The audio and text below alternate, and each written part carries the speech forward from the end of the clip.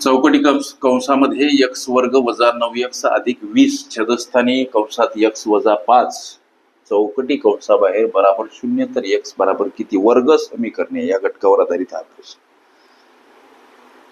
लेकरांनो, वर्ग समीकरणे या घटकावरील उदाहरणं सोडवत असताना या गोष्टीचा विचार करा, जसं की x वर्ग वजा 9x अधिक 20 हे आहे वर्ग समीकरण. याच्यामध्ये सोडवण करत असताना वर्गपदाचा सहगुणक, इथं वर्गपद x वर्ग आहे, याचा सहगुणक दिसत जरी नसला तरी एक आहे. 1 गुणिला x वर्ग म्हणजे 1x वर्ग. आलं लक्षात तुमच्या? हे वर्गपद याचा सहगुणक दिसत जरी नसला तरी एक आहे. 1 गुणिला x वर्ग म्हणजे 1x वर्ग. याला तुम्ही नुसतं x वर्ग म्हटलं तरी चालते. म्हणजे हा वर्गपदाचा सहगुणक. आणि ही स्थिरपदी 20 यांचा काय करायचा असतो लेकरांनो? गुणाकार करायचा असतो. वर्गपदाचा सहगुणक नुकतं सांगितल्याप्रमाणे 1 आणि स्थिरपदी असते ही, यांचा गुणाकार किती येतो? हो, 20. या आलेल्या गुणाकाराचे असे अवयव पाडायचे असतात लेकरांनो की पाडलेल्या अवयवांची बेरीज ही मधल्या पदाच्या सहगुणका एवढी यावी.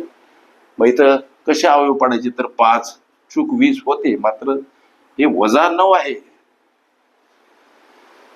मधलं पद जे आहे ना ते वजा 9 आहे, म्हणून इथं वजा, इथं सुद्धा वजा चिन्ह द्यायचं. एक तर वजा गुणिला वजा अधिक, हे अधिक 20 आहे. वजा गुणिला वजा म्हणजे अधिक आणि 5 चूक 20. आणि यांची जर गोळाबेरीज केली, वजा 5 आणि वजा 4 यांची जर बेरीज केली, दोन्ही संख्या वजा असतील तेव्हा करायची असते बेरीज आणि चिन्ह द्यायचं असते वजाच.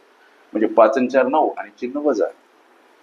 मात्र याची मांडणी करत असताना करायची कशी? तर x वर्ग अंशामधले या पदावलीचा विस्तार असा कसा मांडायचा? x वर्ग वजा पाडलेल्या या अवयवाप्रमाणे वजा 5x वजा 4x अधिक 20. अर्थ तोच, लक्ष द्या. वजा 5x वजा 4x यांची बेरीज जर केली तर वजा 9x मधल्या पदाच्या सहगुणका एवढी येताना दिसते. आता छेदस्थानी काय आहे? तर x वजा 5.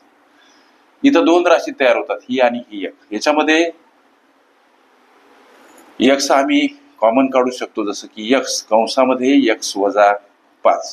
अर्थ तोच, x गुणिला x वर्ग आणि x गुणिला वजा 5 म्हणजे वजा 5x. पुढे चला, आता इथं वजा 4 कॉमन आम्ही काढू शकतो कंसामध्ये x वजा 5. अर्थ तोच आहे.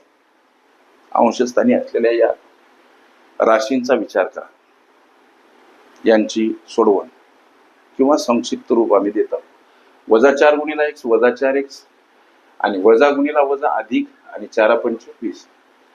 आता x कंसातील पदाला गुणिला, वजा 4 कंसातील पदाला गुणिला आणि कंसातील पद हे सारखंच आहे, म्हणून आम्ही x वजा 5 संयुक्तिक घ्यायचं, कॉमन घ्यायचं आणि एका कंसामध्ये कंसाबाहेर असलेले पद टाकायचे. इथं सुद्धा अर्थ तोच, x वजा 5 ला x गुणिला, x वजा 5 ला वजा 4 गुणिला. ओके. आता लेकरांनो, हे तुम्हाला समजलं असेल. हे तुम्हाला समजलं असेल तर आता या ठिकाणी कोणती मांडणी करायची? ही x वजा 5 असे अवयव पडले या पदावलीचे, छेदस्थानी हे x वजा 5 मांडून टाका. x वजा 5 x वजा 4 हे अवयव कशाचे पडले? या अंशस्थानी असलेल्या पदांची. गोष्टी लक्षात घ्या. मग आता इथं लेकरांनो x वजा 5 खलास होतात. उरेल काय? हो, x वजा 4. मात्र इथं बराबर 0 आहे असं गणित म्हणते, म्हणून इथं बराबर 0 येईल, इथं बराबर 0 येईल, इथं सुद्धा बराबर 0 येईल. याला जर कंसातून काढलं x वजा 4 बराबर 0, x ला जेव्हा एकटं केलं तेव्हा शून्यकडे जात असताना हे 4 अधिक स्वरूपात आले. म्हणजे या पदावलीचं उत्तर, वर्ग समीकरणाचं उत्तर काय? 4 हे तुमच्या विचारल्या प्रश्नाचं उत्तर. ओके. वर्ग समीकरणे ही माझी प्लेलिस्ट अवश्य बघा.